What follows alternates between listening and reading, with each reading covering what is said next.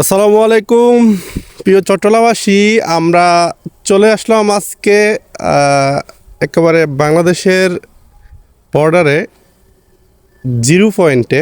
এটা হচ্ছে চট্টগ্রাম, দুঃখিত, এটা হচ্ছে কুমিল্লার 14 গ্রামের যে সীমানা রয়েছে ওইদিকে আপনাদেরকে দেখানোর উদ্দেশ্যে মূলত আসা।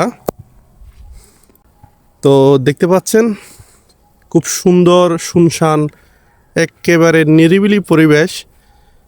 তো ওইদিকে দেখতে পাচ্ছেন ভারতীয় যারা আছে তারা কৃষিকাজ করছেন। এ হচ্ছে বর্ডার, ভারতের বিএসএফ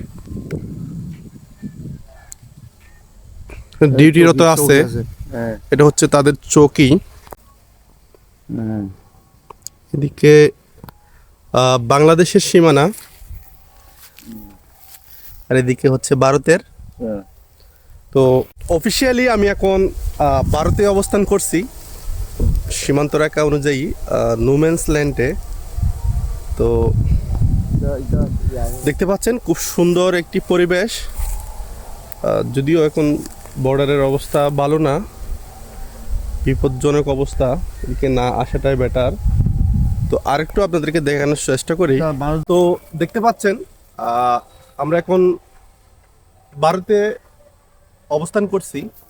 তো সামনে একটা মাঠ দেখতে পাচ্ছি, এখানে স্থানীয় বাংলাদেশের যে ছেলেরা আছে ল্যান্ডে ফুটবল খেলতে দেখা যায়। যদিও এখন নীরবতা, মানুষ নাই বললে চলে। ওইদিকে বিএসএফ এর কর্তব্যরত অফিসাররা ডিউটিরত দেখা যাচ্ছে, এবং ভারতের যারা জনগণ আছে তারা হাঁটা চলা করতেও মাঝে মাঝে আমরা দেখতে পাচ্ছি।